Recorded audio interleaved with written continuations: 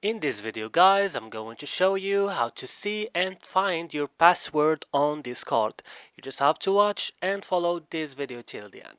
This is Discord as you can see. If I go here to the user settings and if I scroll down, I will find here password and authentication. I will click on change password and here is no way to find my password and be able to find it and see it. So what I have to do to find my password and see it, I will just go here to this three dot in the top of the screen, and after that I will go to this option password and autofile, and then I will click on Google Password Manager.